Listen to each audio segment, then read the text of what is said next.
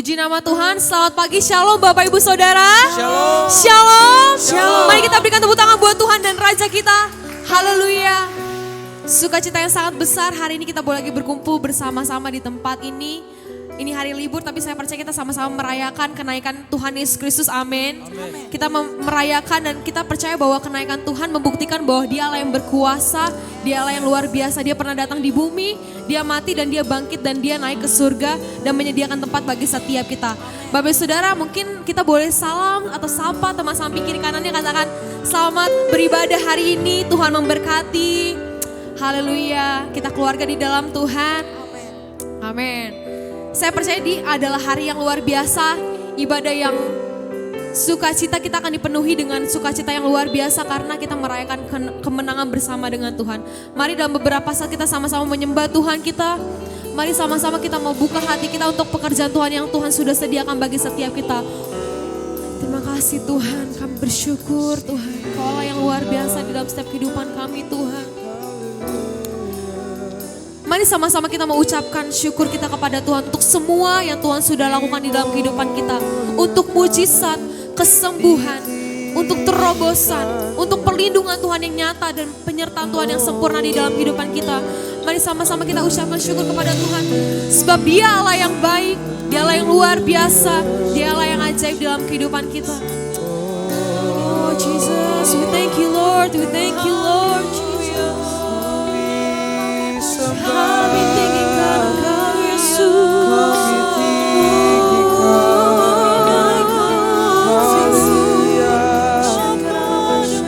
Kami tinggikan Engkau Yesus Tuhan. Nama yang berkuasa, nama yang menyembuhkan kami.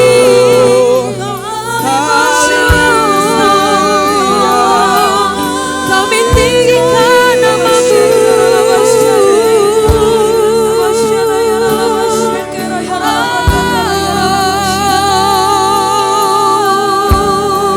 Sebab Kau Allah yang mulia, Kau Allah yang ajaib, Yesus Tuhan. Haleluya. Mari kita terus sembah Tuhan kita. Mari penuhi tempat ini dengan puji-pujian kepada Tuhan. Sebab Dia Allah yang layak terima segala pujian, Dia Allah yang layak terima segala penyembahan kita. Kami tinggikan nama-Mu Tuhan, nama yang kudus, nama yang berkuasa dalam kehidupan kami Tuhan. Kami rindukan kemuliaan-Mu hadir tengah-tengah setiap kami Yesus.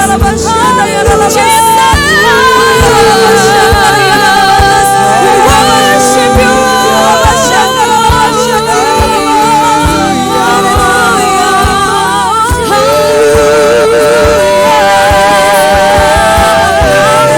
Yesus Tuhan, Kau Allah yang mulia. Yesus, kami hidup dalam Kau Tuhan, lebih dari sebelumnya, lebih dari hari kemarin. Jesus, we worship You.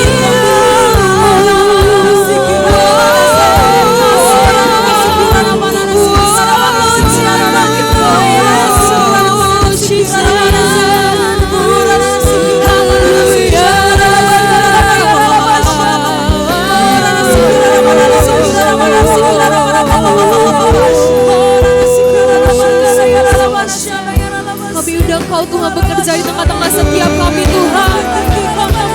Kau Allah yang besar Tuhan. Haleluya. Terima kasih Tuhan. Kau ajaib, Kau luar biasa Tuhan. Jiwa kami memuji Engkau Tuhan.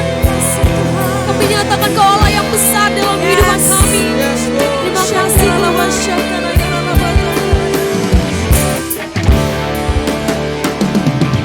Mari sama-sama katakan mulia. Mulia, sembah Raja mulia bagi Yesus, bagi puji, hormat, dan kuasa.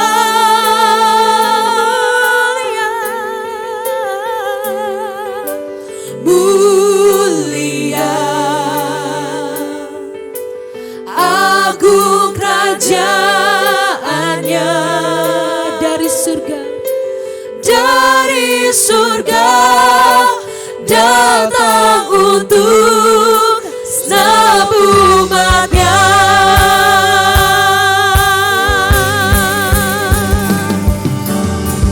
Mulia, sembah Raja mulia, sembah Raja mulia.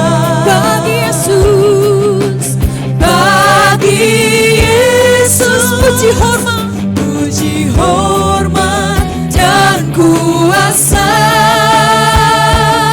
Mulia, kau mulia, mulia, agung kerajaannya, agung kerajaannya. Dari surga datang untuk segenap umatnya. Dipuji, ditinggikan, dipuji, ditinggikan namanya Yesus. Hormatkan, muliakanlah Yesus Raja, Yesus Raja.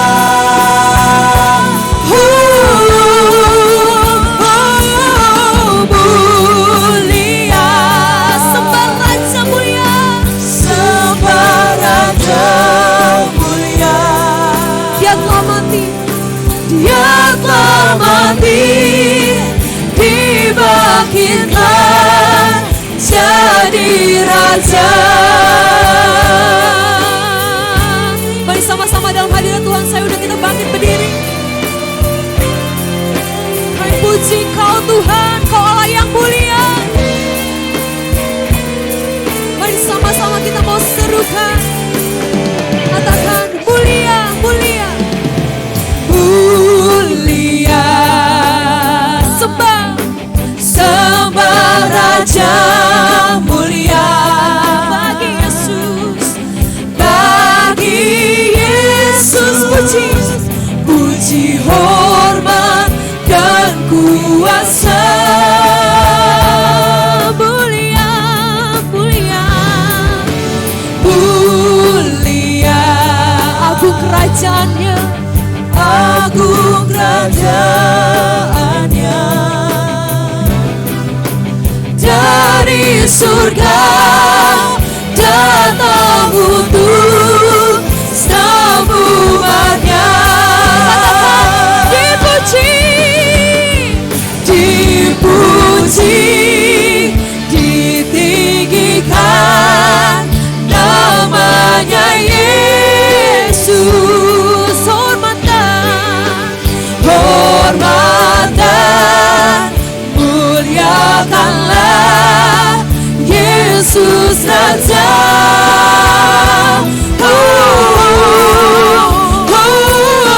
Mulia, sembah Raja mulia. Dia telah mati, dibangkitkan, dia telah mati, dibangkitkan jadi Raja. Mari katakan sekali, dipuji, dipuji, ditinggikan namanya Yesus.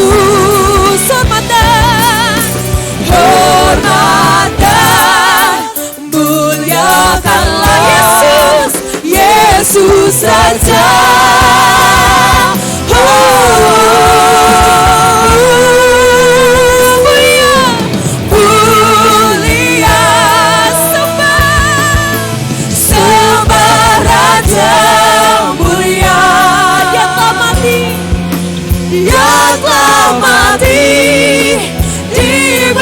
Dibangkitkan jadi Raja. Dia telah mati, dibangkitkan mati, dibangkitkan jadi raja. Oh, dia telah mati, dia telah dibangkitkan, dibangkitkan jadi raja. Mari berikan tepuk tangan buat Tuhan kita. Sorakan haleluya. Kami sanjungkan Kau Tuhan Yesus, Allah yang perkasa. Haleluya. Terima kasih Tuhan, Kau yang mulia sampai selama-lamanya Yesus Tuhan. Ku sanjung Kau di tempat tinggi, sebab Engkau Imam besar agung. Ku sanjung Kau lebih dari yang lain,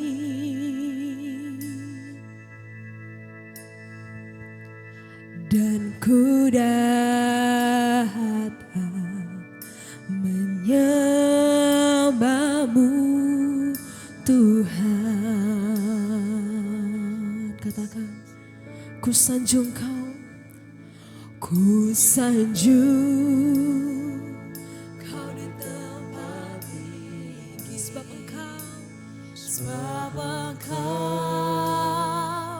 Imam besar agung. Ku sanjung Kau lebih dari yang lain. Ku datang menyembah-Mu Tuhan, dan ku datang menyembah-Mu Tuhan. Sama-sama katakan, ku sanjung Kau Tuhan, ku sanjung Kau di tempat tinggi, sebab Engkau Imam besar agung. Ku sanjung Kau lebih dari yang lain, Kau lebih dari yang lain. Oh, kami datang menyembah-Mu, dan ku datang menyembah-Mu Tuhan. Mari dengan segenap hati kita katakan, ku sanjung Kau Tuhan, ku sanjung Kau di tempat tinggi, sebab Engkau Imam besar agung. Ku sanjung Kau lebih dari yang lain. Oh, dan ku datang menyembah-Mu Tuhan. Oh, kami sanjung Kau Yesus, ku sanjung Kau di tempat tinggi, sebab Engkau Imam besar agung. Sebab Engkau Imam besar agung. Ku sanjung Kau lebih dari yang lain. Ku datang menyembah-Mu Tuhan, dan ku datang menyembah-Mu Tuhan. Mari sama-sama kita serukan, katakan, ku sanjung Kau, ku sanjung Kau di tempat tinggi, Kau di tempat tinggi, sebab Engkau Imam besar agung. Ku sanjung Kau lebih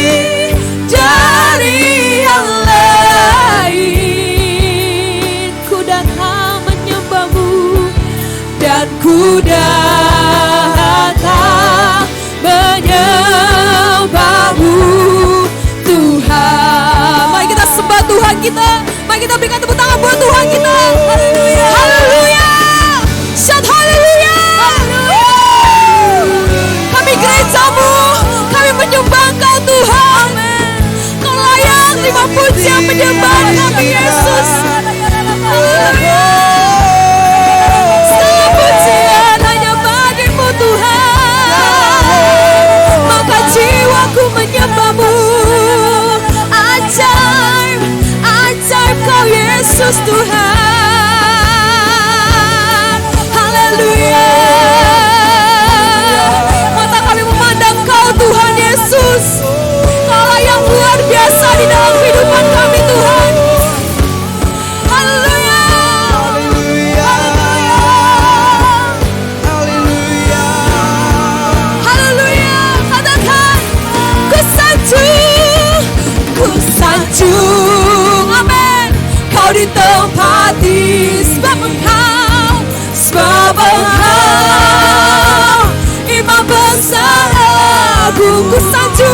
Ku sanjung, Kau lebih dari yang lain. Ku datang menyembah-Mu Tuhan, dan ku datang menyembah-Mu Tuhan. Ku sanjung Kau Tuhan, ku sanjung Kau di tempat tinggi.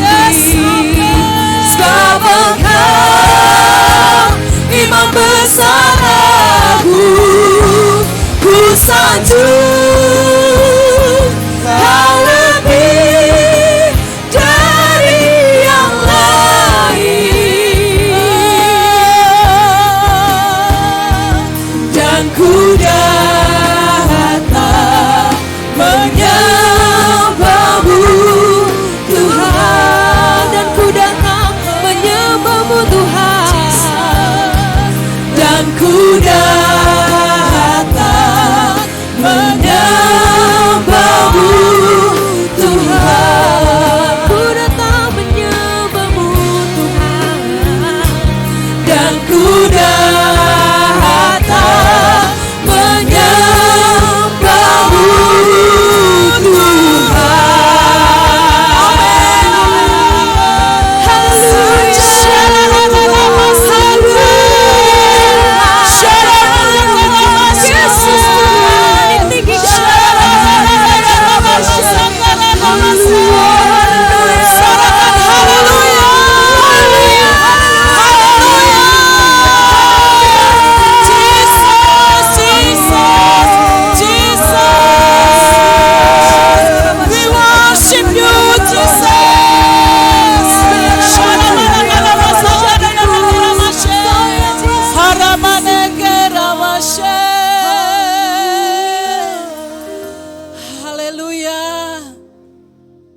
Haleluya.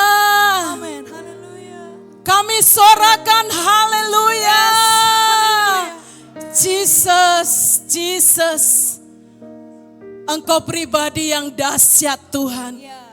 Terbukti dalam hidup kami pemeliharaan Tuhan. Kasih Tuhan selalu baru. Kuasa Tuhan senantiasa tercurah buat umat-Mu. Kami percaya Tuhan. Ada pengurapan yang tebal ya Tuhan. Di gereja-Mu ya Bapa. Kami percaya GKRI Miracle Harvest adalah rumah roti. Rumah orang menyembah Tuhan. Rumah orang mencari wajah Tuhan. Rumah orang meninggikan nama Tuhan. Pekerjaan Tuhan besar Tuhan. Engkau sedang lepaskan dari tempat yang maha tinggi. Mengurapi setiap kami. Kami tidak akan kosong ketika kami tinggalkan tempat ini. Tapi penuh melimpah dengan kuasa Tuhan yang dahsyat dan ajaib. Biarlah mulut kami nganggakan untuk menyembah Tuhan. Panji-panji kemenangan kami tinggikan ya Tuhan. Ada sorak, pengagungan, elu-eluan, ucapan syukur kami pada ibadah yang kedua ini. Tuhan Yesus, kami sangat percaya Engkau sedang mengintervensi seluruh hidup kami, gerejamu. Kami percaya ada pagar tembok berapi dan kami mau angkat tangan kami. Kami angkat tangan kami Tuhan. Kami haus akan Engkau.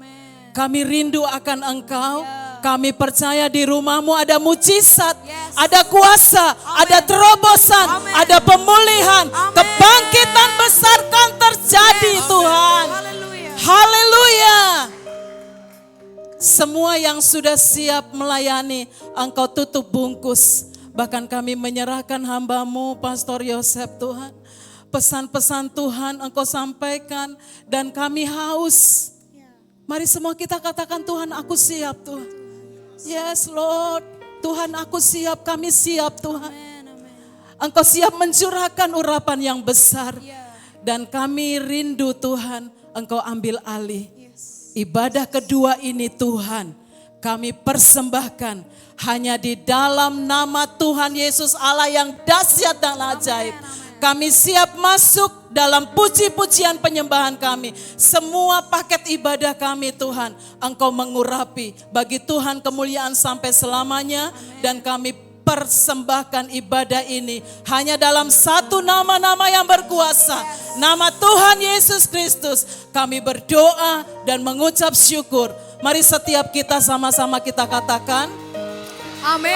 Amin. Mari kita berikan tepuk tangan buat Tuhan kita. Haleluya. Serukan haleluya. Haleluya. Haleluya. Haleluya. Hari ini kita mau bersorak-sorai, amin. Amin. Karena Tuhan begitu baik di dalam kehidupan kita. Yes. Kasih setianya terus mengalir dalam kehidupan kita, amin. Amin. Mari kita berikan tepuk tangan buat Tuhan kita. Haleluya. Hari ini kami mau menyanyikan kebaikan-Mu Tuhan. Tak habis-habisnya rahmat-Mu dalam kehidupan kami Yesus. Mari kita berikan tepuk tangan buat Tuhan kita. Haleluya.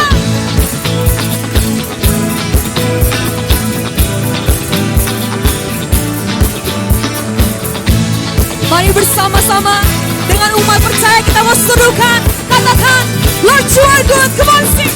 Lord, you are good and your mercy endureth forever. Sing Lord you are good. Lord, you are good and your mercy endureth forever. Come on sing, people from every nation. People from every nation and tongue, from generation We worship. we worship. Come on sing, hallelujah. Hallelujah, hallelujah, we worship you for who you are. We worship you. We worship you. Sing hallelujah. Hallelujah, hallelujah, we worship you for who you are. Sing you are good. You are good. You are good all the time. Hallelujah. Mari bersama-sama kita mau serukan sekali lagi. Katakan, Lord you are good. Lord, you are good and your mercy endureth forever. Lord you are good. Lord, you are good and your mercy endureth forever. People from every nation. People from every nation and tongue, from generation to generation, we worship you. Sing hallelujah. Hallelujah, hallelujah, we worship you for who you are. We worship you. We worship you. Hallelujah, hallelujah, we worship you for who you are. You are good. You are good. Hallelujah. Mari sama-sama kita mau sekali lagi katakan, you are good all the time. Serukan. You are good all the time, all the time. You are good. You are good all the time, all the time. You are good. You are good all the time. good. You are good. All the time. All the time. You are good. Mari berikan tepuk tangan buat Tuhan kita. Haleluya. Di dalam semua situasi kehidupan kami Tuhan, kami mau bersorak-sorai Tuhan baik sampai selama-lamanya. Haleluya. Mari sama-sama kita serukan, Lord you are good. Lord you are good and your mercy endureth forever. Lord you are good. Lord you are good and your mercy endureth forever. Katakan, Lord you are good. Lord you are good and your mercy endureth forever. Mari serukan kebaikan Tuhan, katakan, Lord you are good and your mercy endureth forever. People from every nation and tongue, from generation to generation. People from every nation and tongue, from generation. We worship, we worship you. Sing hallelujah, hallelujah, hallelujah. We worship you for who you are. We worship you. We worship you.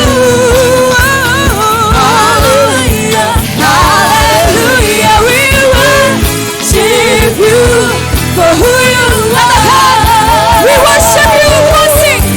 We worship you.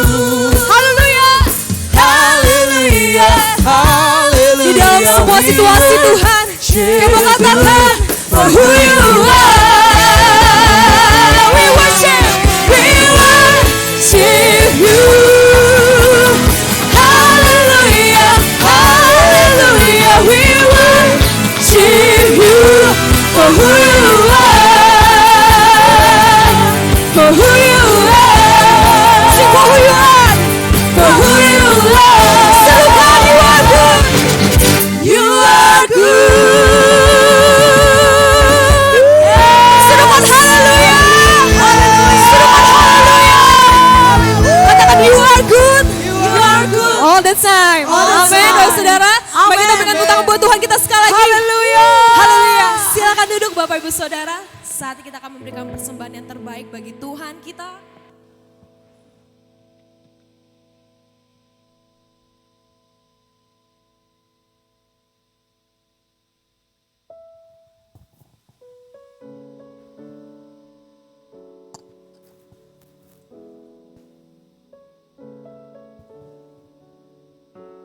Shalom Bapak Ibu.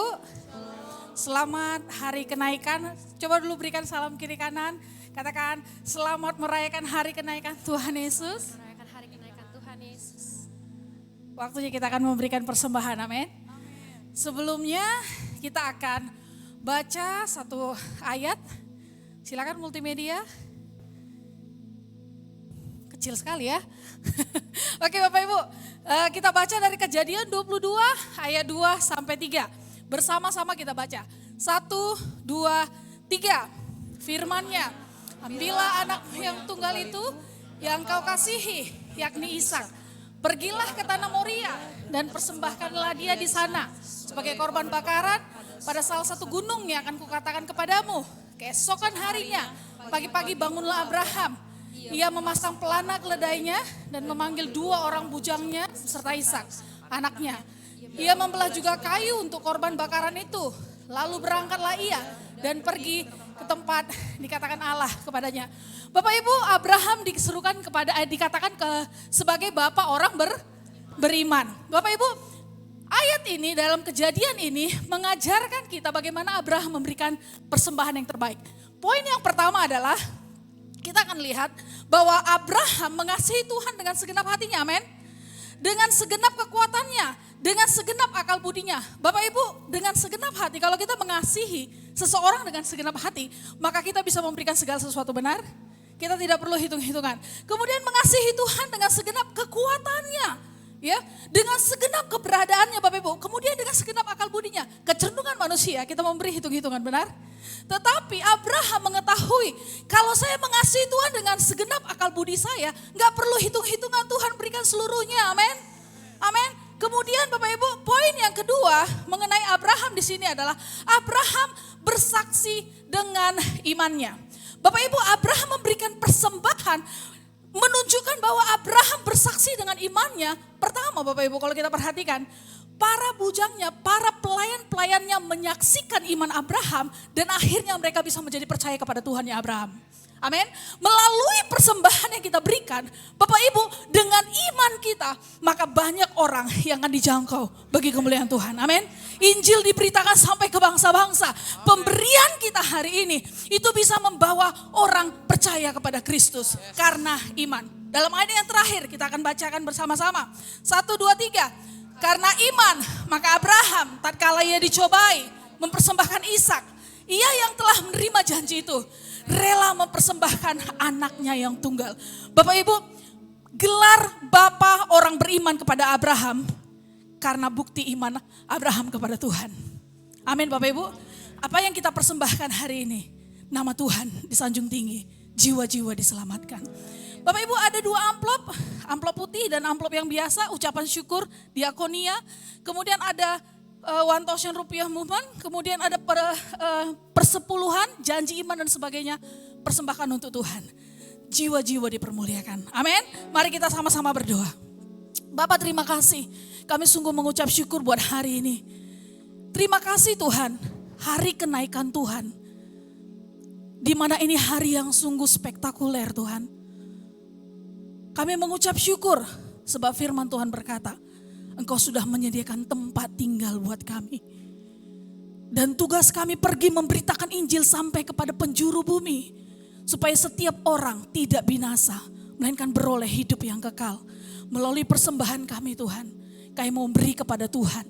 Nama Tuhan dipermuliakan, banyak jiwa dimenangkan. Dalam nama Yesus kami berdoa, haleluya, amin.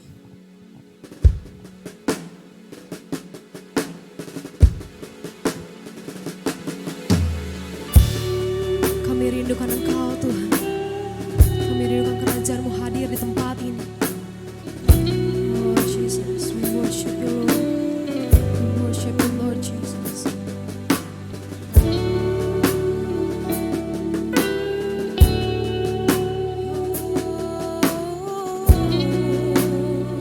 Come on sing. Our Father in heaven. Our Father in heaven,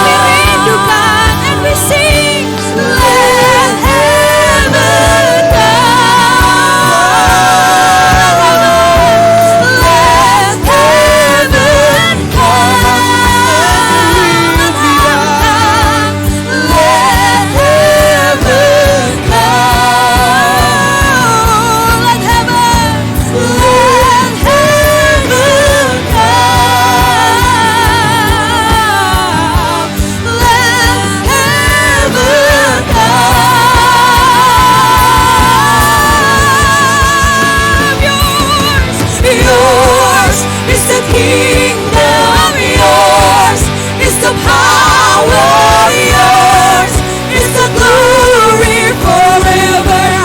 Yours is the kingdom, yours is the kingdom, yours is the power, yours is the glory forever.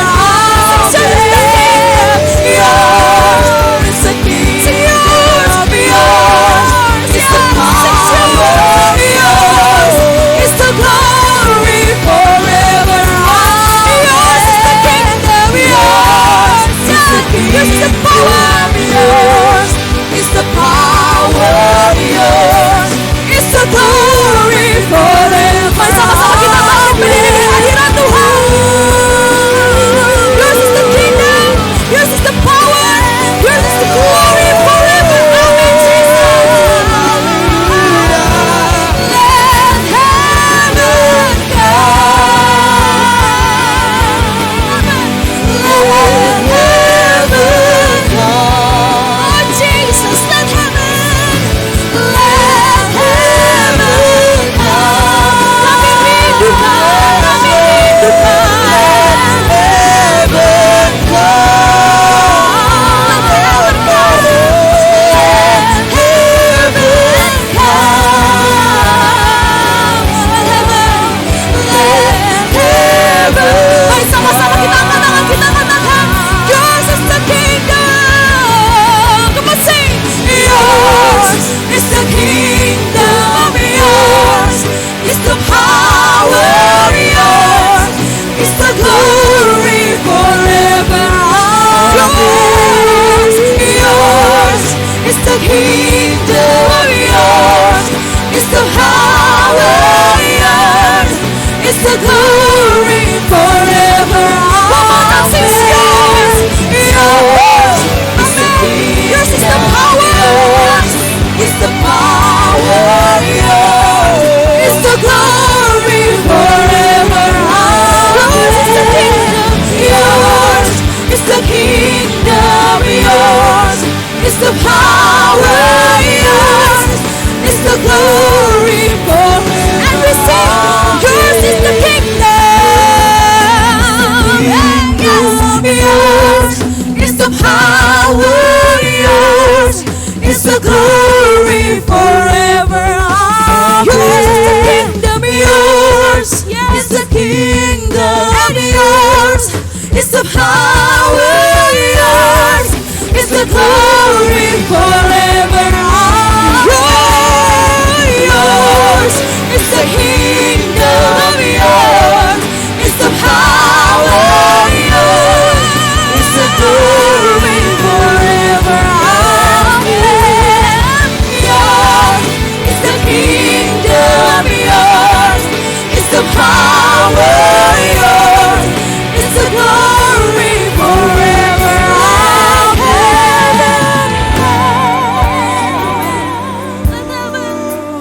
Let heaven come. Your kingdom come and your will be done. Let heaven come.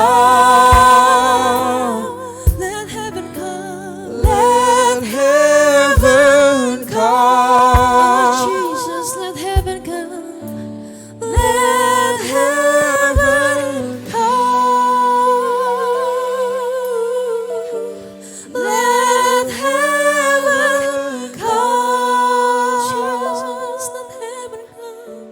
Let heaven come. Let heaven come.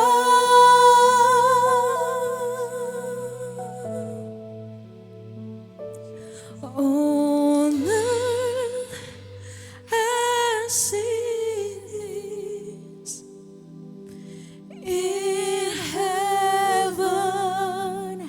Let heaven come to earth as it is in heaven. Let heaven come to earth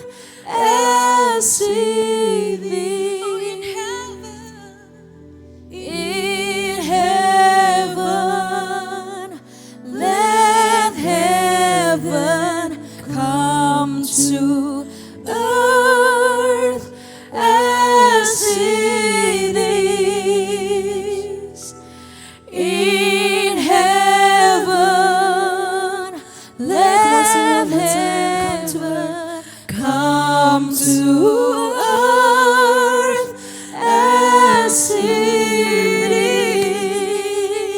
is in heaven.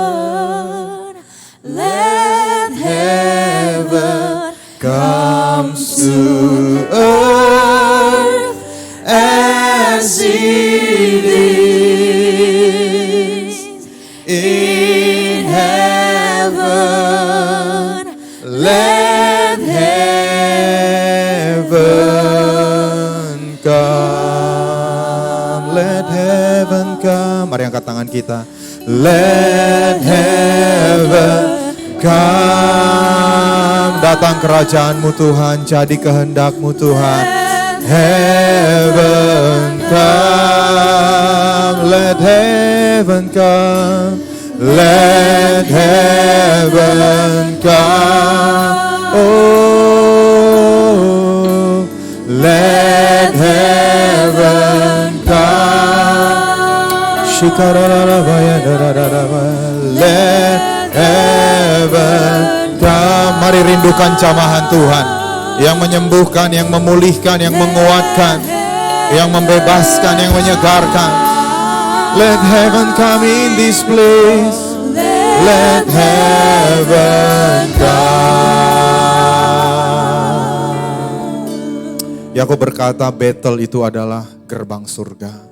Betel, Bait El, rumah Tuhan adalah gerbang surga. Dia dapat mimpi bahwa di rumah Tuhan ada malaikat Tuhan naik turun di tangga yang menghubungkan bumi dan surga. Bapak Ibu Saudara, gereja adalah gerbang surga. Di tempat ini ada tangga di mana malaikat Tuhan sedang turun naik, membawa doa-doa kita ke hadirat Bapa, membawa jawaban-jawaban doa dari Bapa ke bumi. Itu sebabnya saya berdoa supaya hari ini iman kita dibangkitkan kembali.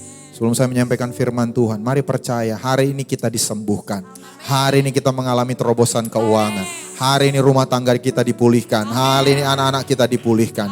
Itu sebabnya kalau ada di antara Bapak Saudara, saudara sedang sakit di bagian tertentu tubuhmu, taruh tangan kanan di bagian sakit tersebut. Bisa di dada, bisa di leher, di kaki, di pinggang, di kepala. Kita mau berdoa di dalam nama Yesus ada kesembuhan terjadi.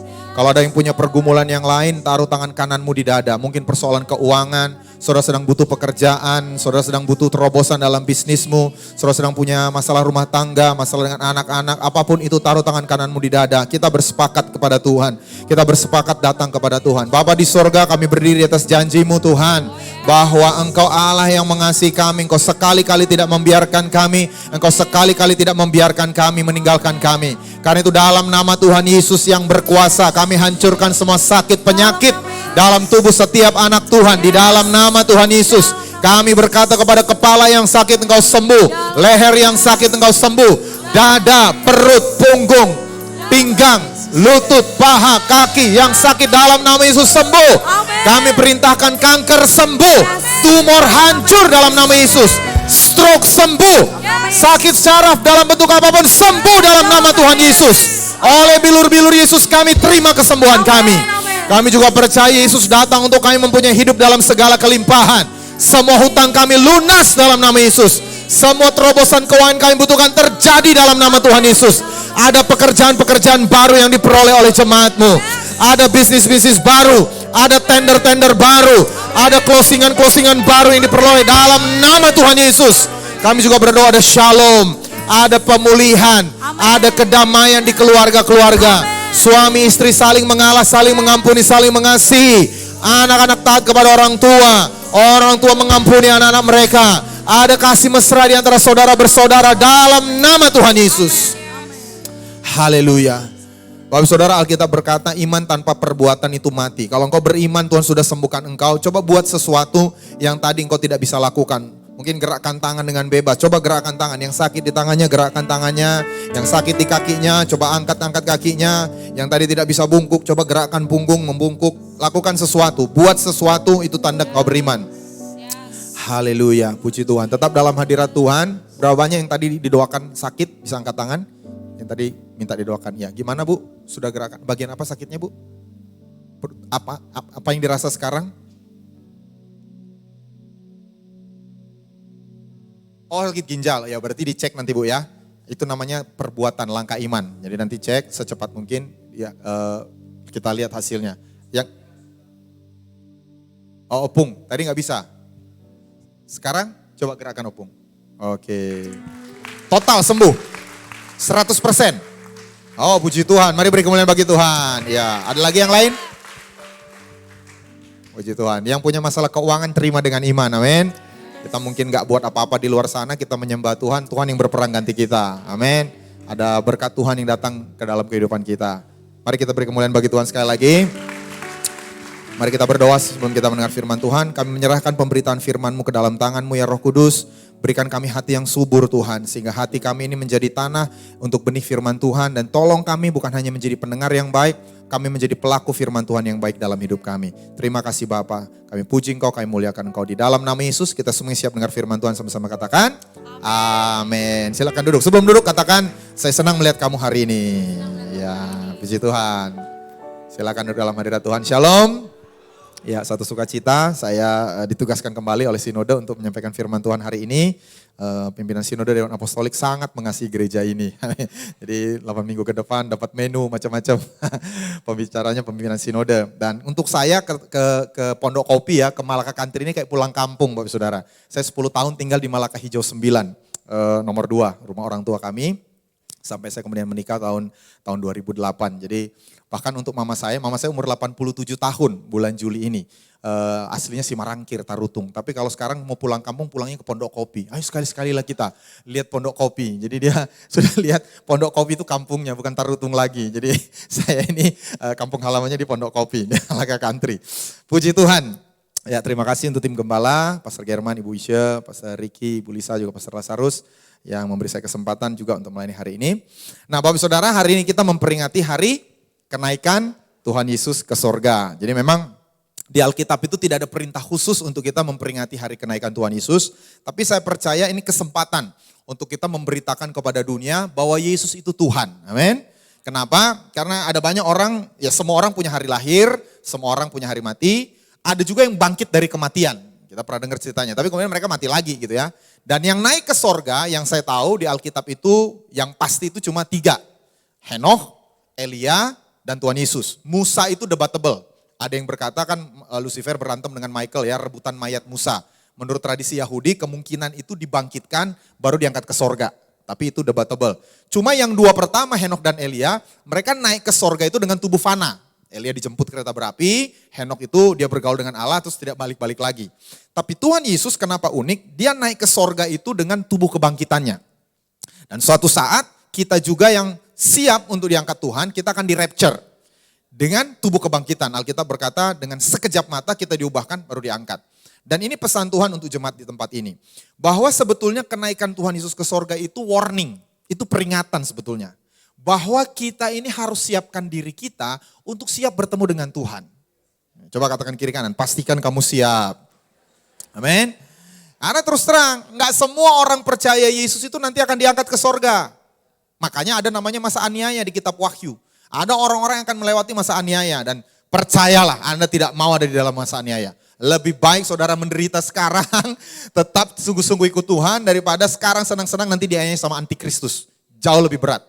Dan itu peringatan malaikat kepada pengikut Yesus yang menyaksikan Tuhan Yesus naik ke surga. Kisah Rasul 1 ayat 11. Dan berkata kepada mereka, hai orang-orang Galilea, mengapakah kamu berdiri melihat ke langit? Baca sama-sama. Yesus ini yang terangkat ke surga meninggalkan kamu akan datang kembali dengan cara yang sama seperti kamu melihat dia naik ke surga. Katakan kiri kanan, Yesus akan datang kembali. Dan ini saya percaya pesan peringatan untuk kita semua. Saya minggu depan akan ulang tahun ke-48. Wah, jelita, jelang 50 tahun. Anda kalau udah di atas 40, itu ibarat main bola, udah masuk babak kedua. Jangan neko-neko lagi hidup. Jadi udah opung-opung, tapi masih dugem. Aduh, janganlah. Sungguh-sungguh.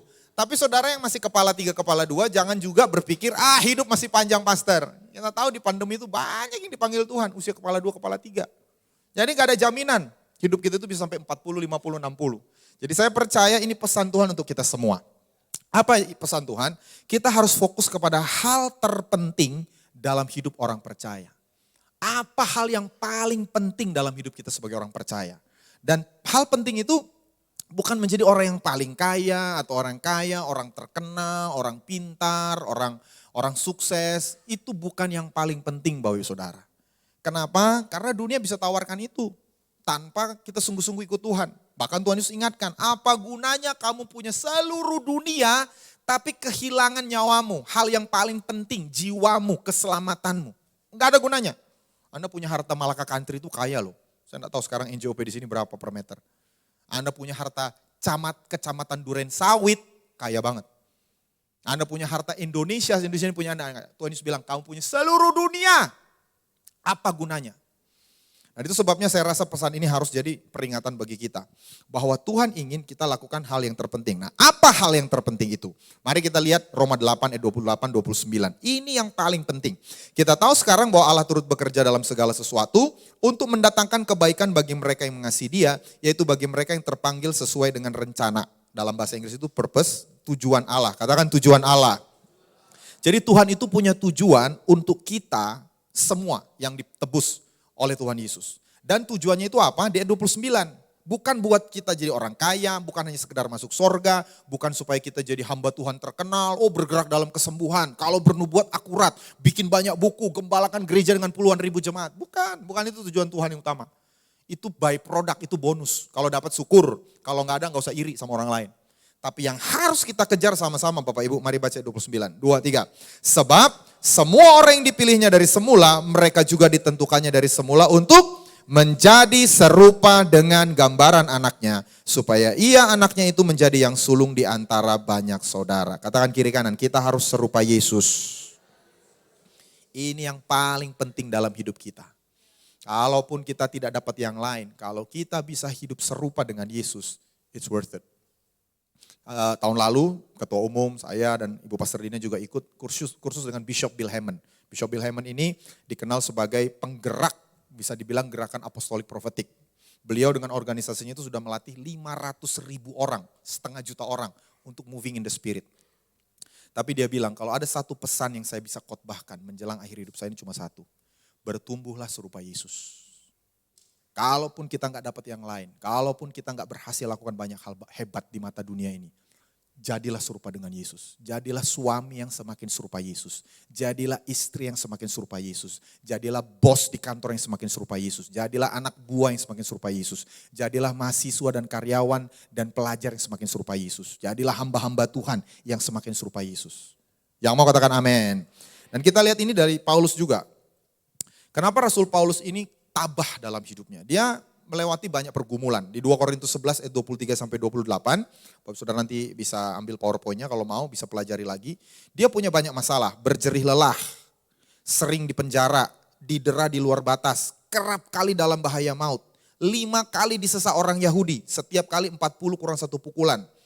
3 kali didera, 1 kali dilempari dengan batu. Ini dilempari dengan batu itu sampai mati. Karena kalau orang Yahudi itu merajam itu harus sampai mati. Jadi orang Paulus itu sempat mati lalu bangkit lagi. 1 kali dirajam sampai mati. 3 kali mengalami karam kapal. Ini orang apes banget. Kalau saya naik kapal saya cek dulu nih. 1 kapal manifestnya. Jangan-jangan ada Rasul Paulus. Kalau Rasul Paulus saya ganti kapal aja. Takutnya tenggelam lagi yang keempat. Jadi apes hidupnya. Sehari semalam terkatung-katung di tengah laut. Dalam perjalanan kok sering diancam bahaya banjir. Bahaya penyamun. Bahaya dari pihak Yahudi, dari pihak orang bukan Yahudi, bahaya di kota, bahaya di padang gurun, bahaya di tengah laut, bahaya dari pihak saudara palsu, berjeli lelah, bekerja berat, kurang tidur, lapar. Laparnya ini bukan karena dia puasa, gak ada makanan, kedinginan, tidak punya pakaian, dan tidak menyebut banyak hal lain lagi urusan kesehari-hari memelihara semua jemaat-jemaat. Katanya diurapi Tuhan, katanya dipanggil Tuhan, kok hidupnya menderita? Kan seringkali kita ngejudge gitu ya, dia bikin dosa kali. Banyak masalah hidupnya. Anda gak berani bilang Paulus bikin dosa. Dia hidup sungguh-sungguh. Tapi maksud saya penekanannya adalah sekalipun dia punya banyak penderitaan, dia tetap antusias dalam hidup. Tadi pagi ibadah 1 saya bilang antusias itu terdiri dari 2 kata dalam bahasa Latin. En dan theos. Katakan en. Katakan theos. En itu di dalam, theos itu Tuhan. Jadi orang yang punya Tuhan di dalamnya itu selalu antusias. Dalam pergumulan dia berantusias, dalam bekerja dia berantusias, memuji Tuhan berantusias. berusaha berantusias, sekolah berantusias. Dan Rasul Paulus dia antusias. Dia berkata seperti ini, 2 Korintus 12 ayat 10. Karena itu aku senang dan rela. Katakan senang, katakan rela. Bukan senang dan rela ditraktir, senang dan rela jadi kaya, bukan. Senang dan rela di dalam kelemahan, di dalam siksaan, di dalam kesukaran, di dalam aniaya, dalam kesesakan oleh karena Kristus. Sebab jika aku lemah maka aku kuat. Kalau kita ketemu orang seperti ini sekarang mungkin kita bilang sudah stres dia. Saking banyaknya pergumulan, stres. Mana ada pastor orang yang senang disiksa? Ada yang senang disiksa di sini? Anda langsung di konseling. Mana ada orang yang senang dalam kesukaran? Aduh saya enak ya, banyak kesukaran dalam hidup saya. Mana ada orang yang senang dianiaya, kesesakan. Tapi kenapa dia bisa senang dan rela? Karena dia tahu kenapa dia alami itu. Dia berkata di 2 Korintus 4 ayat 17. Sebab penderitaan ringan yang sekarang ini mengerjakan bagi kami kemuliaan kekal. Katakan kemuliaan kekal. Jadi bagi Rasul Paulus penderitaan yang tadi dia daftarkan itu ringan. Dibandingkan dengan upah kemuliaan kekal. Apa kemuliaan kekalnya itu? Dia bisa serupa dengan Kristus. Dia gak berpikir bahwa dia akan jadi penulis separuh dari perjanjian baru. Gak pernah, saya yakin dia gak pernah. Juga kaget-kaget, tulisan saya, surat saya jadi Alkitab. Dia gak pernah terpikir bahwa dia menjadi inspirasi bagi miliaran orang. Gak pernah. Bagi dia aku senang dan rela. Kenapa? Karena Kristus. Dan dia berkata, aku telah mengakhiri pertandingan yang baik. Aku telah mencapai garis akhir dan aku telah memelihara iman. Dan waktu dia mau, Bapak saudara tahu ya, Paulus itu dipancung matinya. Sebelum dia dipancung oleh Kaisar Nero, dia tulis surat 2 Timotius 4. Ini salah satu surat terakhir. Dan dia bagikan 4 hal kepada anak rohaninya Timotius. Dan saya berdoa ini kita tangkap pesannya. Ibu Pastor Dina selalu ingatkan, apa sih sekarang tujuan GKRI? Ya kita bersyukur kalau Tuhan berikan kita cabang-cabang ratusan. Kita bersyukur ribuan jemaat Tuhan kirimkan, kita bersyukur. Tapi apa tugas dan tanggung jawab hamba-hamba Tuhan di GKRI? Bawalah setiap jemaat siap menyambut kedatangan Yesus. Dan saya berdoa supaya ini kita tangkap Bapak Ibu bersama-sama. 2 Timotius 4 ayat 5, mari kita baca. Ada 4 hal yang Paulus ingatkan, 2, 3. Tetapi kuasailah dirimu dalam segala hal, sabarlah menderita, lakukanlah pekerjaan pemberita Injil dan tunaikanlah tugas pelayananmu. Ada 4 hal yang saya ingin bagikan. Pertama, menguasai diri. Kedua, sabar menderita. Ketiga, ingat beritakan Injil. Keempat, kerjakan tugas dengan baik. Yang pertama, menguasai diri. Katakan menguasai diri. Tetapi kuasailah dirimu dalam segala hal. Jadi nasihat pertama Rasul Paulus, kalau kita menjadi semakin serupa dengan Yesus, apa yang membuat dia bisa mengakhiri pertandingan yang baik? Dia kuasai dirinya dalam segala hal. Nah musuh terbesar kita Bapak Ibu Saudara untuk serupa dengan Yesus itu bukan setan. Bukan orang di kiri kanan kita. Musuh terbesar kita diri sendiri. Ego kita. Gengsi kita. Nafsu kita. Tahukah Bapak Ibu Saudara dosa pertama di alam semesta ini terjadi di mana? Bukan di Taman Eden. Di surga. Siapa yang bikin? Lucifer. Salah satu penghulu malaikat. Kapan? Waktu dia ingin egonya ditinggikan. Dikatakan di Yesaya 14. Wah, ayat 12, engkau sudah jatuh dari langit, hai bintang timur putra fajar. Dalam King James Version itu Lucifer. Engkau sudah dipecahkan dan jatuh ke bumi, hai yang mengalahkan bangsa-bangsa. Kenapa? Karena engkau yang tadinya berkata dalam hatimu, aku hendak naik ke langit. Aku hendak mendirikan tahtaku mengatasi bintang-bintang Allah. Aku hendak duduk di atas bukit pertemuan jauh di sebelah utara. Aku hendak naik mengatasi ketinggian awan-awan. Kalau King James itu, aku hendak menyamai yang maha tinggi.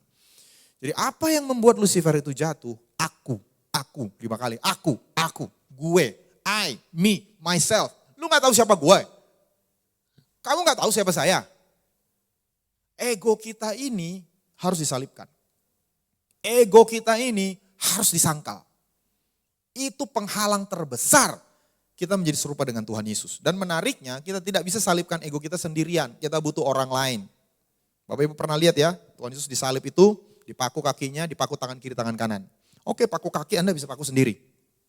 Paku tangan kiri, bisa sendiri. Paku tangan kanan, mau pakai mulut. Anda butuh orang lain untuk salibkan diri kita.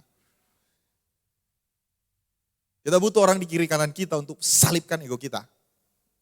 Itu sebabnya kita bertumbuh semakin serupa dengan Kristus itu harus hidup dalam komunitas. Gak mungkin sendirian. Karena tanpa berkomunitas kita gak bisa digesek sama orang lain.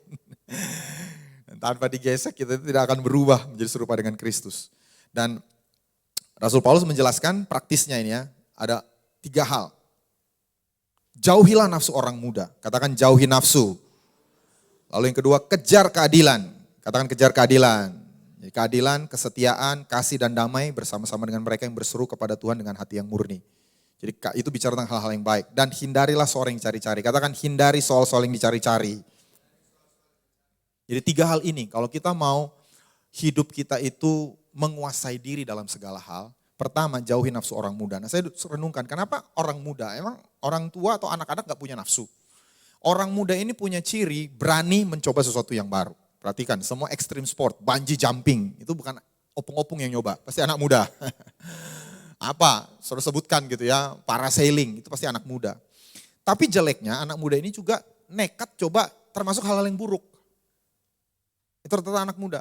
Jadi waktu Rasul Paulus ingatkan, jauhi nafsu orang muda, satu sisi memang Timotius masih muda, tapi maksudnya begini, jangan makin lama itu makin standarnya itu turun. Terus terang ada beberapa hal yang dulu tabu, sekarang itu dianggap lumrah. Tadi pagi saya kasih kesaksian, ada seorang jemaat kami, Kristen, ya pasti Kristen ya. Maksudnya teman-temannya Kristen bilang, hari gini kau masih perawan. Diketawain. Jadi keperawanan itu sudah dianggap justru aneh, kamu umur kayak gini masih perawan. Dia bilang, aduh saya stres. Ini orang Kristen, orang ke gereja, dengar firman Tuhan tiap minggu, nilai-nilainya gak ada beda sama orang dunia. Beberapa waktu yang lalu saya dengar kesaksian seorang hamba Tuhan gereja besar. PKS, memimpin Komsel. Tiba-tiba ketemu di bandara sama pacarnya, berdua. Mau kemana? Ke luar negeri liburan berdua, belum menikah. Staycation. Dan itu dunia sekarang.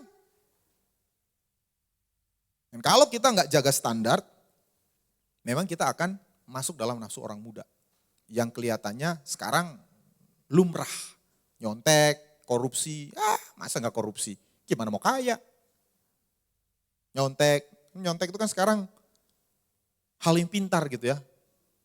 Kalau nggak nyontek itu dibilang fanatik, sok pintar, pokoknya semualah, pelit. Tapi saya berdoa, apapun label orang sama kita, mari hidup tuh sungguh-sungguh aja ikut Tuhan, simple aja. Dan kalau masih ada di antara kita masih terikat sama nafsu, datang minta dilayani hamba Tuhan di tempat ini. Karena saudara hidup diikat sama nafsu itu stres, capek. Koruptor itu takut loh. Kelihatannya aja keren di IG-nya. Takut kapan tiba-tiba KPK ciduk dia. Lebih jujur-jujur aja. Yang nyontek apalagi, benar gak? Dibocorin sama temennya, dia pinter. Dia cum laude tapi nyontek. Jadi hidup dalam dosa itu menderita, hidup dalam nafsu itu menderita. Tapi yang kedua, mengejar hal yang baik. Katakan kejar hal yang baik. Jadi keadilan, kesetiaan, kasih dan damai itu hal baik. Jadi tidak hanya sekedar jauhi nafsu, kita harus kejar hal yang baik. Dan kenapa ini enggak boleh zona netral? Oh pastor saya enggak bikin dosa, tapi saya ya udah wait and see aja. Saya enggak mau terlalu aktif dan sebagainya. Dalam Alkitab itu ada 2 kategori dosa, ada sin of omission, ada sin of commission. Sin of omission, itu dalam bahasa Inggris itu to omit, itu mengabaikan. Sin of commission, to commit, itu sin of doing something, melakukan. Nah kita seringkali berfokus, yang penting kan saya tidak bikin dosa. Tapi kita banyak abaikan hal baik dalam hidup. Dan biasanya yang pertama kali kita lakukan adalah dosa pengabaian hal-hal baik. Kalau orang mulai abaikan hal baik dalam hidupnya, tinggal tunggu waktu dia akan lakukan hal jahat dalam hidupnya. Contoh, Anda mulai abaikan saat teduh pribadi. Hubungan pribadi dengan Tuhan mulai berkurang. Anda mulai kurangi doa. Lalu kemudian mulai kurangi pelayanan. Lama-lama mulai kurangi datang ibadah. Lama-lama mulai kurangi komsel. Akhirnya apa? Saudara akan terjebak dalam godaan dan jatuh. Gak ada orang tuh lagi sungguh-sungguh saat teduh, lagi sungguh-sungguh pelayanan, lagi sungguh-sungguh ibadah, ujuk-ujuk bikin dosa. Gak ada itu. Yang pernah berdosa katakan, gak ada yang pernah, gak ngaku saudara. Gak ada, kalau Anda lagi on fire, imun kan gitu ya. Kalau imun lagi tinggi, biar pandemi lagi naik, saudara aman, betul. Tapi waktu imunnya turun, virus apapun gampang masuk. Sama dengan hal rohani, when you omit something, you will commit something. Jadi tolong evaluasi diri kita. Jaga komitmen kita dengan Tuhan. jaga kondisi rohani kita. Dan bersama-sama dengan orang yang hatinya murni, katakan hati yang murni. Jadi Bapak Ibu, berkomunitas secara rohani itu zaman sekarang itu aset, itu harta rohani. Yang ada motivasi, kalau ada yang sekedar datang pulang ke gereja, bertumbuh untuk makin masuk ke dalam inner circle di gereja. Kenapa? Kita perlu orang-orang yang hatinya murni. Dan saya berharap di gereja ini orang hatinya murni, gak ada udang di balik bakwan. Baik sama kita karena pengen dapat bisnisnya. Baik sama kita karena pengen dipromosikan. Baik sama kita supaya kasih contekan. Di sini gak ada, amin? Kita murni. Nah saking murninya, kadang-kadang kita rela, Alkitab bilang pukul seseorang. Seorang kawan itu memukul dengan maksud baik, seorang lawan mencium secara berlimpah-limpah. Anda pilih mana? Pilih kawan yang berani pukul kita supaya kita jadi baik, atau pilih ABS. Asal bapak dan bubu senang. Yang ngomong apa aja, yang penting kita senang. Tapi kita masuk ke jurang. Kalau saya sih pilih lebih baik kawan, dia punya hati nurani. No, gak ada kepentingan. Selain tujuannya adalah supaya kita semakin baik. Amin. Lalu yang ketiga, itu sebabnya perlu hindari soal-soal yang menimbulkan pertengkaran. Hindarilah soal-soal yang dicari-cari, yang bodoh, tidak layak. Engkau tahu bahwa soal-soal itu menimbulkan pertengkaran. Kalau orang Batak bilang marsoal gol-gol. Tidak penting. Masalah besar dikecilkan, masalah kecil dihilangkan. Yang gak ada masalah jangan dibuat-buat. Itu caranya kita bisa bertahan. Amin. Saya percaya ada kasih karunia Tuhan. Ada kepekaan, ada hikmat dari Roh Kudus untuk kita bisa berdiam bersama-sama dengan orang-orang yang punya hati nurani yang murni. Amin. Itu yang pertama, menguasai diri. Katakan kiri kanan, kuasai diri. Yang kedua, Rasul Paulus katakan sabar menderita. Katakan sabar menderita.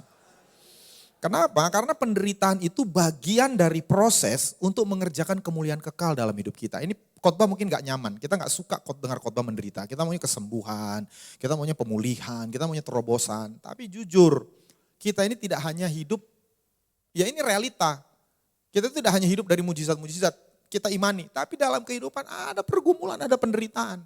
Pertanyaannya kita bisa nggak lihat penderitaan ini sebagai proses untuk kita semakin serupa dengan Yesus. Atau kita nyerah, kita tinggalkan, kita kecewa sama Tuhan. Terlalu lama, terlalu berat.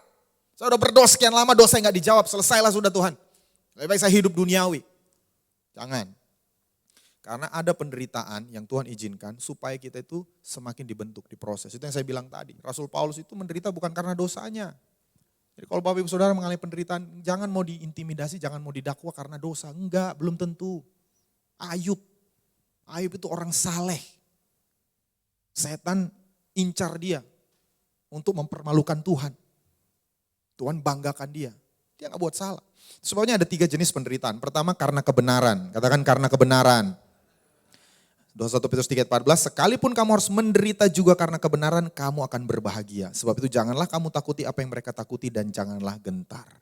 Jadi kalau kita menderita di sekolah, diejek sama orang lain, sok suci kamu, di tempat kerja, kita dihina, dicaci maki, karena keyakinan kita, kekudusan kita, di keluarga besar mungkin. Anggap itu sebagai suatu kebahagiaan. Kenapa? Itu sekali lagi, karena saya sedang semakin serupa dengan Yesus. Dan kalau Bapak Saudara tanya, kenapa Tuhan itu pakai penderitaan untuk memproses kita? Itu manusiawi, percayalah. Orang itu belajar jauh lebih banyak dari kegagalannya daripada kesuksesannya. Makanya ada ujian, betul ya? Kalau enggak ada tes, cukup aja belajar di kelas. Tapi begitu dites dia dapat nilai 50, baru dia belajar sungguh-sungguh. Waduh jelek ternyata saya pemahamannya. Sama dalam hidup. Kenapa sih Tuhan izinkan penderitaan ini? Supaya kita berubah semakin baik. Bahkan Yesus pun alami. Anak Allah itu menderita. Dia harus belajar taat lewat penderitaannya. Jadi kalau kita mengalami penderitaan Bapak Saudara, tetap setia. Amin. Atau yang kedua karena iblis, tadi sudah saya jelaskan. Ini terjadi dalam hidup Ayub. Setan gak suka, setan itu mau mencuri, membunuh, membinasakan. Setan gak suka kita hidup dalam berkelimpahan. Dia serang kita. Lawan dia dengan iman yang teguh. Tapi yang ketiga jangan sampai karena kebodohan. Ada gak penderitaan karena kebodohan? Ada. Ada satu rabi Yahudi berkata seperti ini.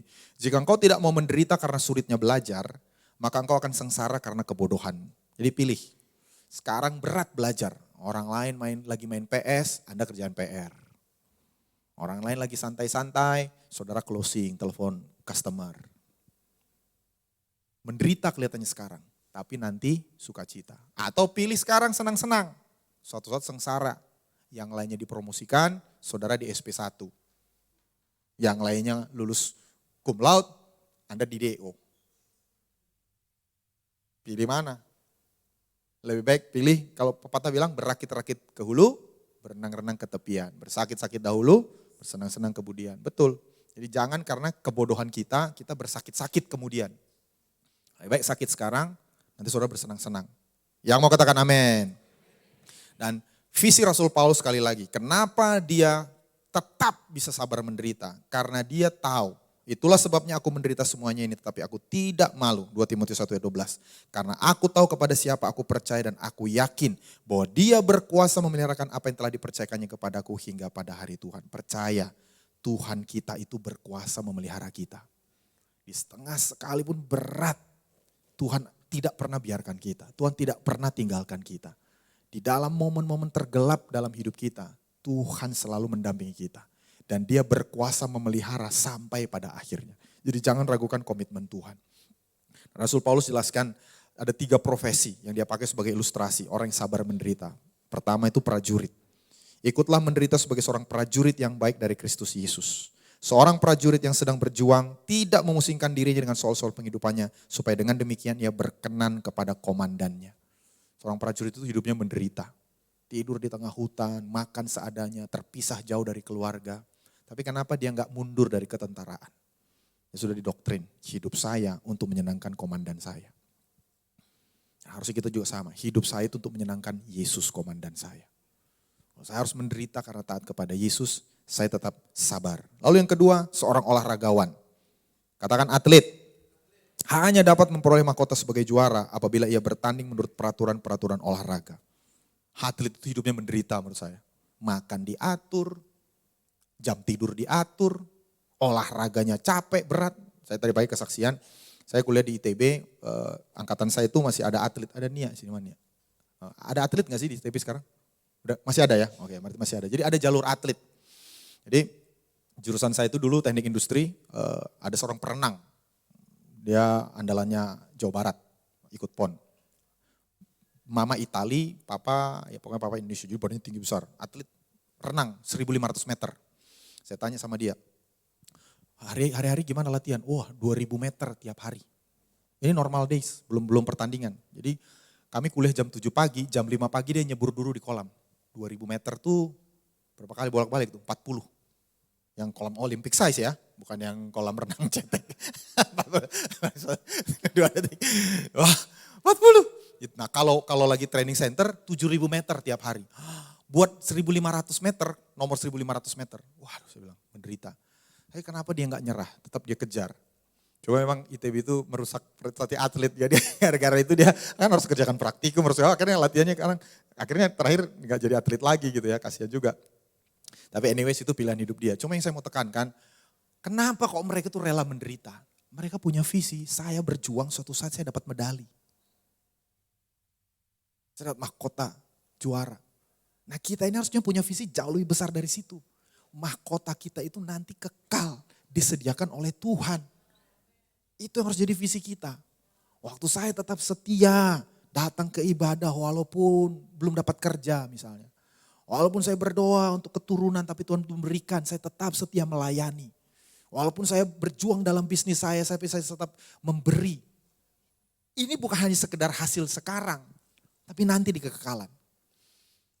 Dalam Alkitab itu konsep iman ada 2 Bapak Saudara. Ada konsep Yahudi, ada konsep Yunani. Konsep Yunani itu pistis. Pistis itu keyakinan. Moving the mountain kind of faith. Iman yang memindahkan gunung, menaklukkan kerajaan, menutup mulut singa-singa, memadamkan api.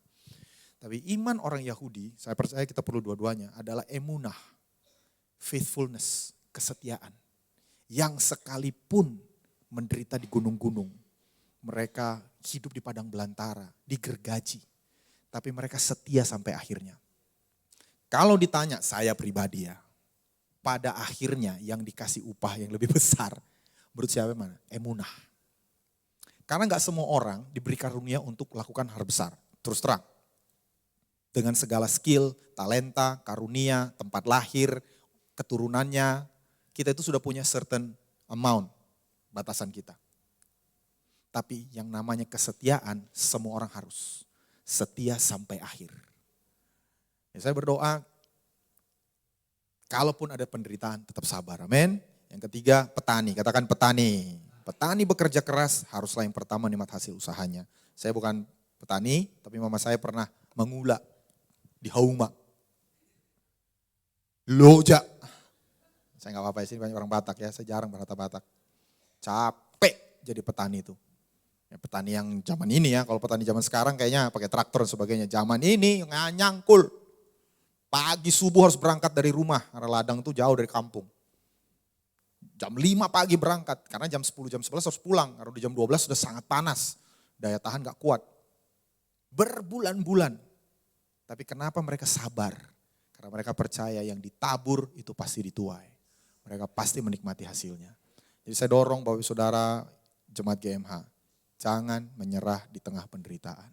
Sabar.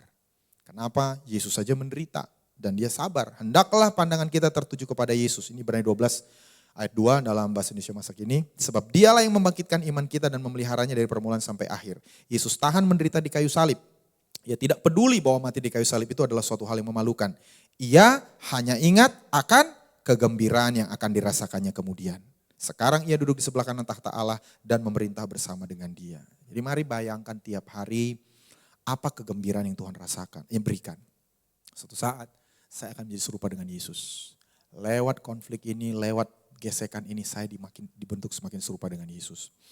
Tahun 1952, Florence Chadwick berusaha menjadi wanita pertama yang berenang dari Pulau Catalina ke pantai California. Keduanya berjarak hampir 34 km dan sangat sukar untuk direnangi karena alirannya deras. Jadi kalau dia sempit itu alirannya deras. Dan saat itu dia sudah menjadi perenang wanita pertama yang menyeberangi Selat Inggris. Pada pagi tanggal 4 Juli 1952 jutaan orang menonton dia di televisi nasional. Lautan saat itu dingin seperti es, kabut begitu tebal sampai dia tidak bisa melihat kapal yang mendampingi dia. Dan bukan hanya itu, ada ikan hiu berenang-renang di dekatnya sampai harus diusir dengan tembakan senapan. Selama 16 jam Florence sudah berenang. Tinggal 3/4 kilometer lagi, 750 meter lagi, dia menyerah. Dia diangkat ke kapal, lalu kemudian ditanya sama wartawan, kenapa kamu menyerah? Dia bilang, bukan rasa lelah, bukan air yang dingin, bukan ikan hiu yang mengalahkan saya. Tapi kabutnya, saya tidak bisa melihat sasaran saya. 2 bulan kemudian, Florence Chadwick mencoba lagi. Kali ini kabutnya tetap sama tebal. Kolam esnya tetap sama. Ikan hiunya tetap sama. Lelah. Tapi kali ini dia berhasil. Sampai di California. Lalu reporter bertanya, apa bedanya kali ini? Dia berkata, waktu saya hampir menyerah, saya tutup mata saya bayangkan pantai California. Saya tahu sasaran saya. Dan saya berhasil memecahkan rekor 2 jam lebih cepat dari perenang pria. Apa sih yang bikin orang menyerah? Dia gak tahu lagi buat apa di sini. Dia gak tahu lagi visinya. Orang bunuh diri itu Bapak Ibu bukan karena gak punya uang. Bukan karena masalah itu berat. Dia gak tahu lagi apa gunanya hidup. Saya mau kasih tahu, hidupmu itu sangat berguna. Hidupmu itu berharga bagi Tuhan. Hidupmu itu mau dipakai oleh Tuhan jadi berkat bagi bangsa-bangsa. Waktu yang lalu Pastor Yes nubuatkan, dari gereja ini akan banyak tempat-tempat di bangsa-bangsa dibuka. Jangan sampai saudara kehilangan berkat itu. Setan mau mencuri, membunuh, membinasakan hal itu. Saudara jangan mau. Apa sih yang membuat orang menyerah dalam pernikahan? Bukan kurang ganteng, bukan kurang cantik, bukan kurang uang. Bukan karena gak punya anak, gak punya visi lagi. Untuk apa pernikahan yang dipertahankan? Kenapa sih bisnis itu ditinggalkan, gak punya visi lagi? Kenapa sih pindah kerja, berhenti pelayanan, gak punya visi lagi? Bukan gak punya visi, gak bisa lihat lagi visinya. Sebabnya momen-momen seperti ini kita akan memperingati pencurahan Roh Kudus 10 hari lagi. Apa sih sebetulnya esensi hari Pentakosta? Your young people shall receive vision. Your old people shall receive dreams. Jadi Roh Kudus itu datang bukan hanya sekedar memberi kita bahasa roh, dalam karunia roh. Roh Kudus datang supaya kita ini hidup punya visi Bapak Saudara. Oh, hidup kita ini ada artinya, ada tujuannya. Ada manfaat dalam diri kita yang Tuhan mau pakai untuk berkati orang lain. Amin. Kalau belum ketemu, tanya. Tanya sama Tuhan. Pasti Tuhan kasih tahu. Amin. Lalu yang ketiga, memberitakan Injil. Katakan kiri kanan, jangan lupa beritakan Injil. Jadi bagian dari serupa dengan Yesus adalah lakukanlah pekerjaan pemberita Injil. Nah ini menarik, dikatakan pekerjaan. Katakan pekerjaan. Jadi ini profesi Bapak Saudara. Saya bisa masak. Tapi profesi saya bukan koki, beda. Kalau koki memang dia ahli. Kalau saya masak buat kepentingan sendiri. Nah, pekerjaan pemberita Injil itu artinya dia memang profesinya memberitakan Injil. Bukan ya kalau sempat iya, kalau enggak ya enggak apa-apa, saya punya profesi lain. Enggak, Paulus tulis ini pekerjaan pemberita Injil adalah ingatkan Timotius. Profesi kita di bumi ini ada dua. Profesi kita katakanlah di marketplace misalnya ya sebagai IT analis.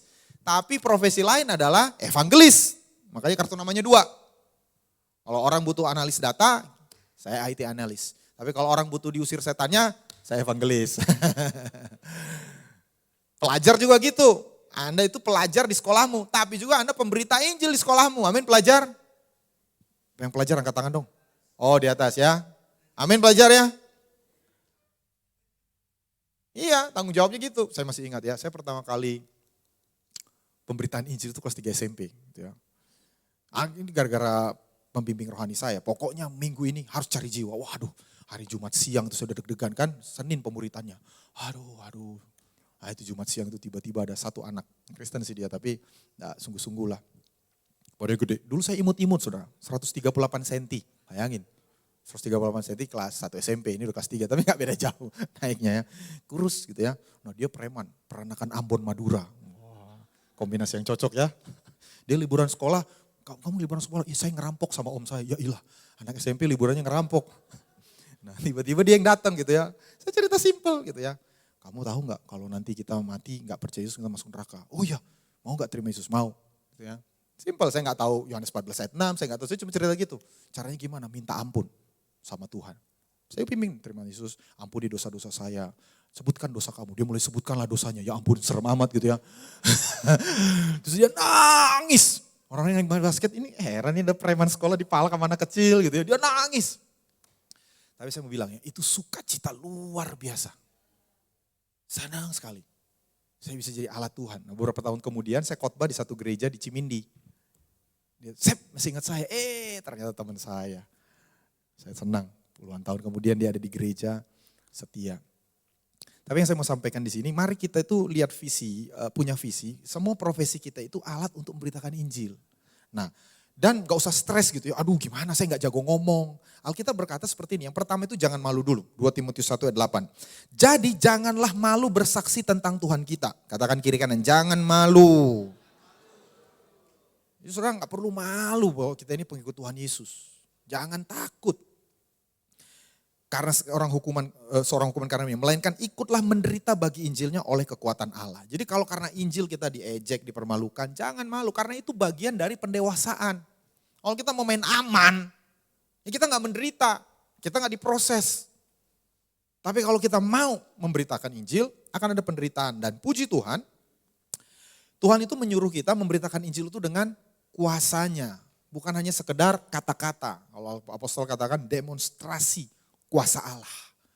Aku menyampaikan berita itu bukan hanya dengan kata-kata yang meyakinkan, tapi dengan demonstrasi kuasa Allah. Sesuai nama gereja ini ya, Miracle Harvest. Tuayan itu karena mujizat. Dan itu perintah Yesus di amanat agung. Mereka pun, ini versi Markus, mereka pun pergilah, Markus 16:20, memberitakan Injil ke segala penjuru dan Tuhan turut bekerja dan meneguhkan firman itu dengan tanda-tanda yang menyertainya. Katakan tanda-tanda. Jadi Tuhan itu yang turut bekerja. Tuhan yang akan membuat tanda-tanda lewat kita. Apa tanda-tandanya? Ayat 17. Tanda-tanda ini akan menyertai orang-orang yang percaya. Siapa di sini yang orang percaya Yesus? Tolong angkat tangan. Betul ya? Jadi tanda ini untuk kita. Coba katakan kiri kanan. Berarti tanda ini untuk kamu.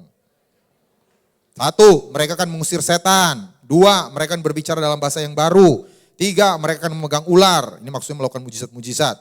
Dan sekalipun mereka minum racun maut, mereka tidak akan mendapat celaka. 4, mereka akan meletakkan tangannya atas orang sakit dan orang itu akan sembuh.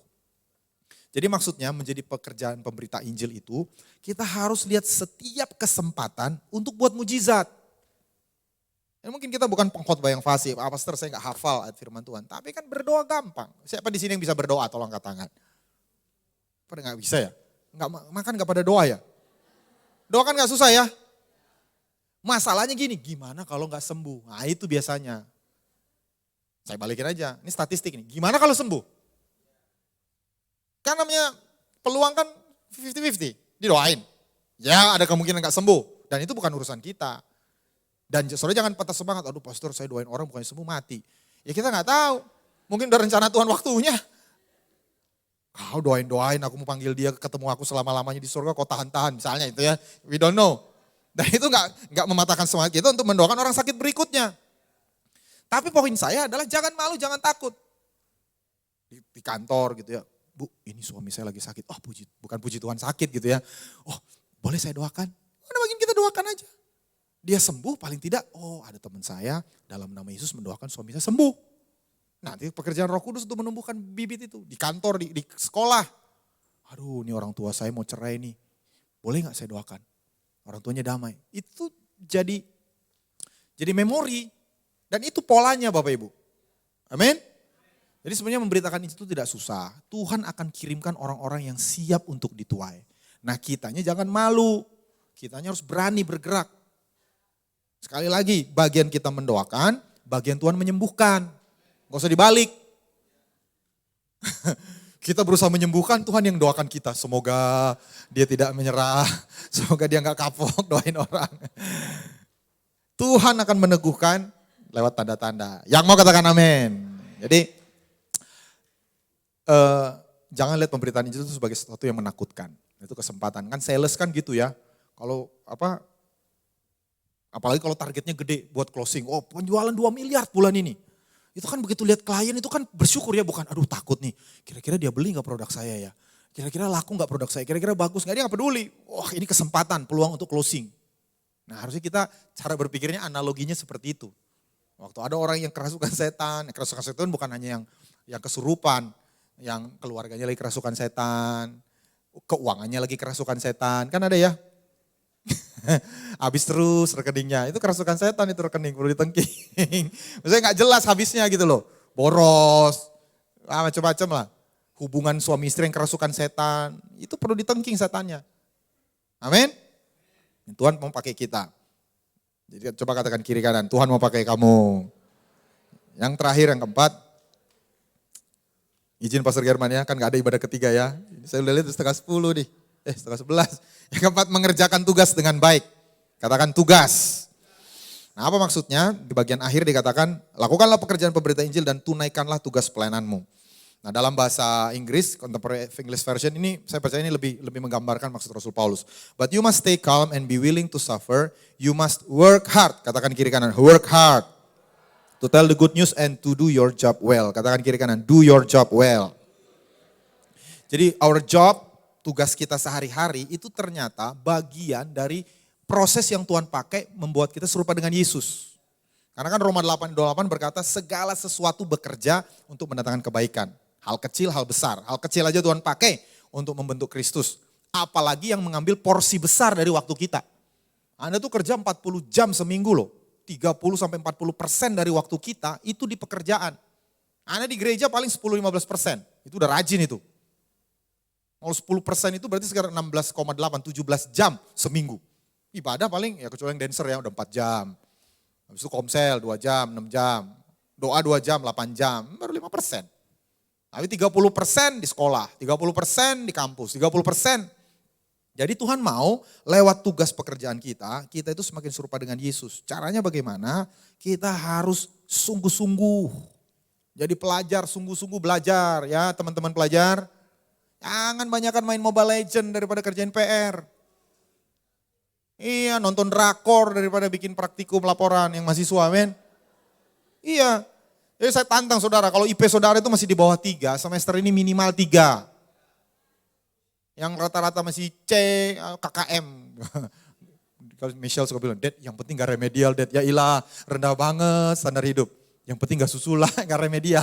Kan ada KKM ya rata-rata kelas. Jangan. Memang ada yang namanya bakat orang pinter. Dari sononya udah pinter, mau dilawan gimana. Tapi kita berjuang. Kenapa? Itu proses yang Tuhan tetapkan untuk saudara itu semakin serupa Yesus. Kita yang karyawan, kerja sungguh-sungguh. Kalau dikasih target berjuang, ada kasih karunia Tuhan.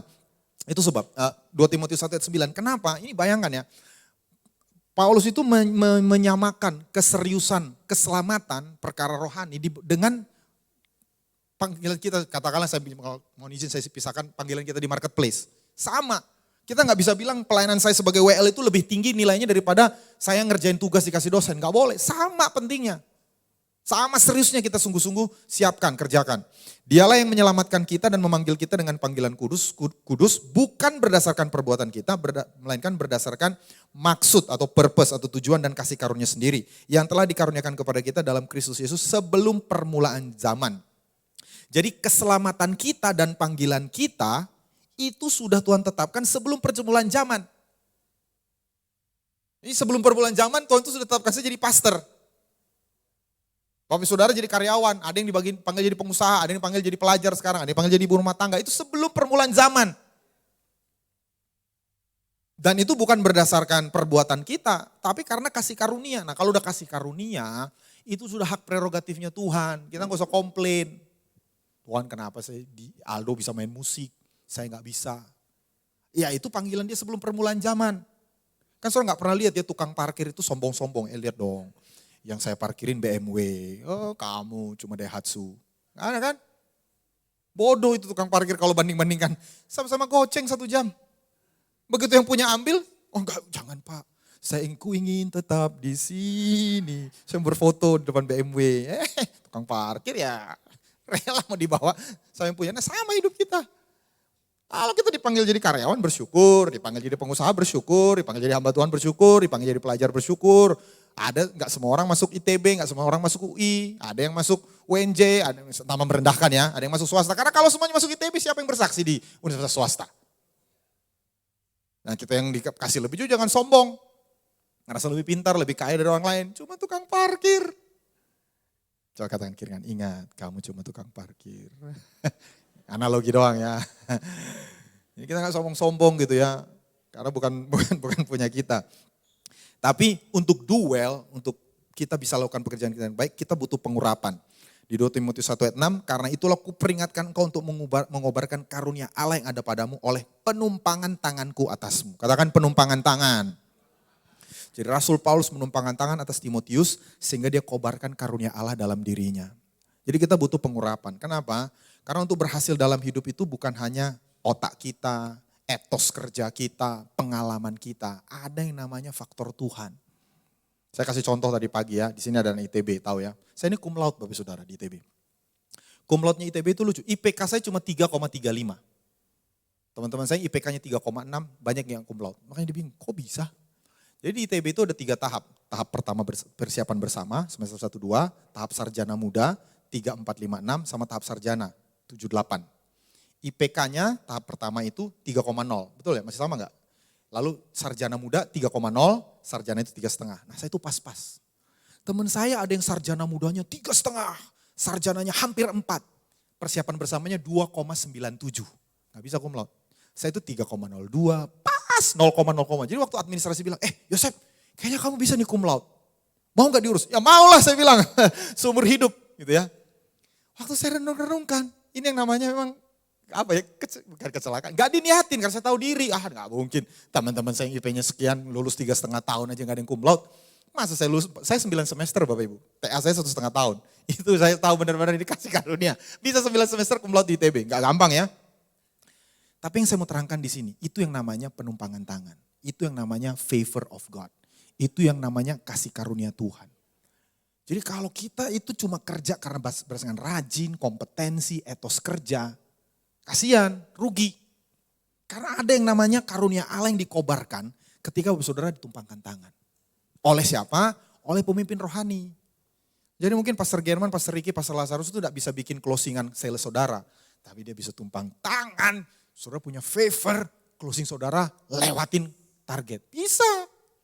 Kita nggak tahu caranya jualan properti, tapi kita bisa tumpang tangan. Supaya saudara bisa jual banyak properti. Oh, sini gak ada property agent ya? Oh ya, contohnya aja ya. Yang sekolah juga, kita udah gak bisa ngajarin saudara algebra, geometri. Tapi ditumpangin tangan, Anda otaknya encer. Ngerti. Percaya gak sih? Harus percaya, ini kata firman Tuhan. Pastor kan gak ngerti jualan, ngapain? Tuhan Yesus itu tukang kayu, ngajarin nelayan, cari ikan. Berhasil loh. Itu namanya rohani. Namanya kan miracle. Jadi saudara harus berharap miracle juga dalam tugas kita sehari-hari. Amin.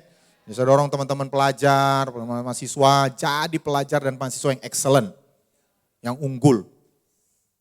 Dan itu, pastor di sorga kan gak ada matematika, yang penting doa bahasa roh.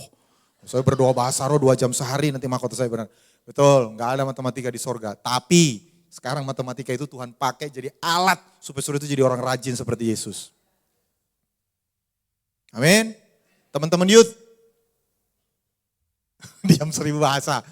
Ya, jadi saya berdoa supaya di sini juga ada generasi muda yang excellent. Do your job well.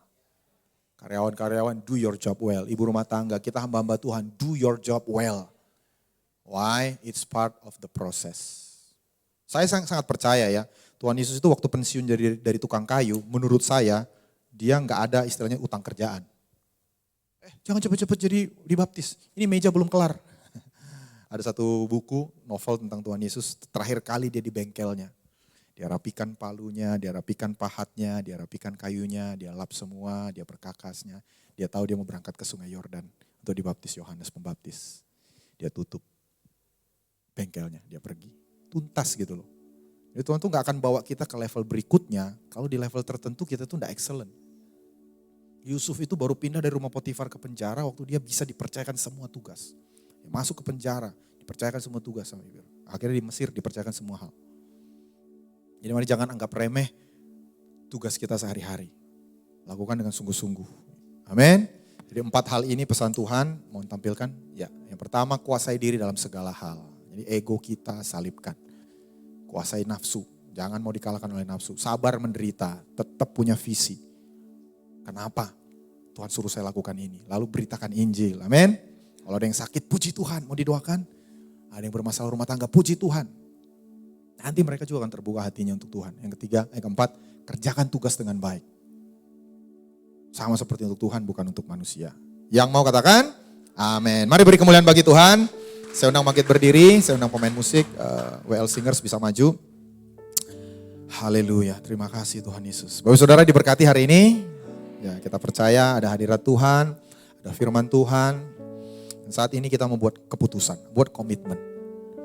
Buat komitmen bahwa saya mau sungguh-sungguh fokus kepada hal terpenting dalam hidup saya sebagai orang percaya. Saya mau jadi serupa dengan Yesus.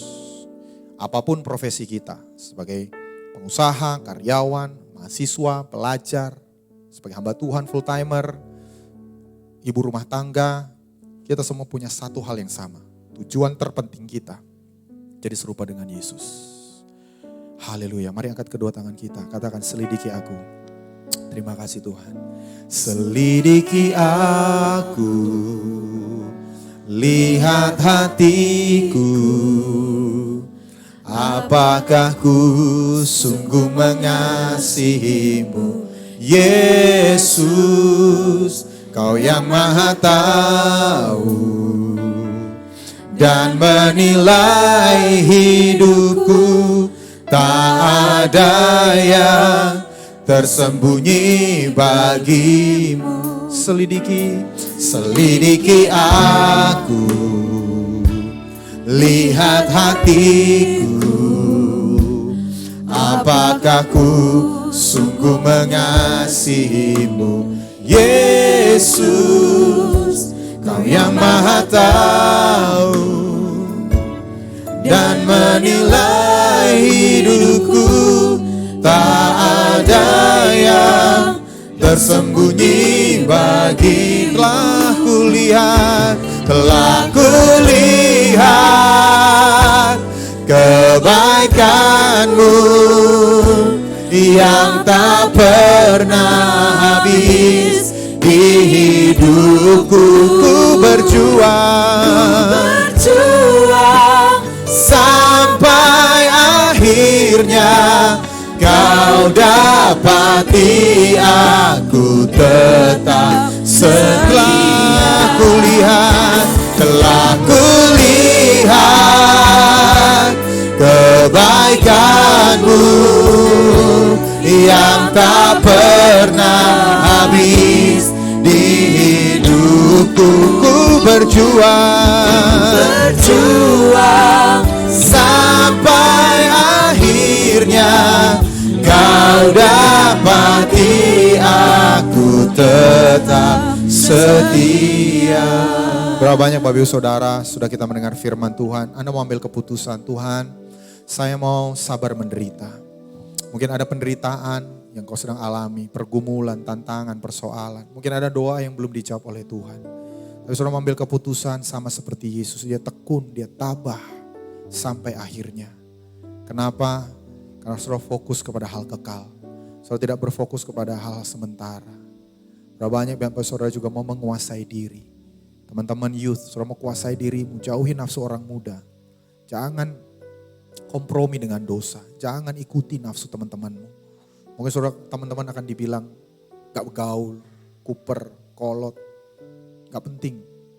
Yang penting itu apa kata Yesus tentang kita. Bukan apa kata teman-teman kita. Berapa banyak juga mengambil keputusan, saya mau jadi pemberita Injil. Di tempat kerja saya, di kampus saya, di sekolah saya, di tetangga saya. Kalau ada orang yang butuh didoakan, saya akan tidak malu menyatakan nama Yesus berkuasa. Yang terakhir, berapa banyak saudara mau serius dengan pekerjaanmu, profesimu. Lakukan untuk Tuhan, bukan untuk manusia.